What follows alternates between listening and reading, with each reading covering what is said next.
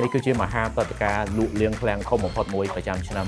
2025ដែលបងប្អូនមិនគួរមើលរំលងបាទអញ្ចឹងនៅថ្ងៃទី26ថ្ងៃទី27ខែកក្កដាឆ្នាំ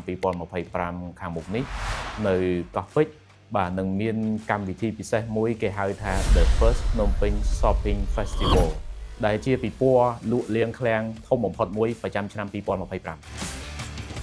នៅថ្ងៃនឹងផងដែរគឺនឹងមានការលក់បញ្ចុះតម្លៃពិសេសពីផលិតផល brand រាប់រយមុខហើយកម្មវិធីសម្បូរសបាយបាទសបាយសម្បូរបែបមានការចាប់ឆ្នោតផ្សងសំណាងបាទមានការចែកជូននៅកាដូបាទមានការកំសាន្តជាច្រើនបាទជាមួយនឹងក្រុមហ៊ុនតាំងពីពណ៌នៅក្នុងស្រុកហើយនឹងអន្តរជាតិប្រហែលជា300ស្តង់ឯណោះបាទហើយមានការបញ្ចុះតម្លៃពិសេសរហូតដល់ 80% លើមុខទំនិញសេវាកម្មរាប់ពាន់មុខដែលនឹងមកពីពណ៌បាទមកពីវិស័យផ្សេងជាច្រើនដូចជា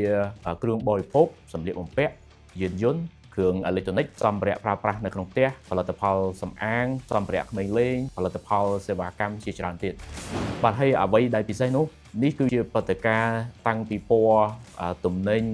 ទិញទំនិញដំបូងគេដែលវាដំណើរការដោយ offline ហើយនិង online គឺទៅជាមួយគ្នាតែម្ដងដែលមានន័យថាក្រុមហ៊ុនតាំងពីពណ៌ទាំង lain ដែលមកលក់ផលិតផលហ្នឹងគឺអាចលក់ផលិតផលហើយសេវាកម្មរបស់ខ្លួនដោយផ្ទាល់ផងហើយនឹងដោយតាម online ផងដែរខណៈពេលដែលអតិថិជនក៏អាចទិញគឺទៅពីពណ៌ផ្ទាល់ឬក៏ទិញ online ផងដែរលើពីនេះគឺបងប្អូននឹងមានឱកាសឈ្នះនៅរង្វាន់ជាច្រើនសរុបជាទឹកប្រាក់ទៅមានរហូតដល់$20000ដោយបងប្អូនទិញអីវ៉ាន់អស់ប្រហែលជា$20នឹងទទួលបានឆ្នោតមួយសន្លឹកដែលមានរង្វាន់ជាច្រើនដូចជាសម្ភារៈប្រើប្រាស់ទូរស័ព្ទគ្រឿងអេឡិចត្រូនិកជាច្រើនផងដែរបាទអញ្ចឹងកុំភ្លេចទៅចូលរួមទស្សនាកម្មវិធី The First Phnom Penh Shopping Festival ទាំងអស់គ្នានៅថ្ងៃទី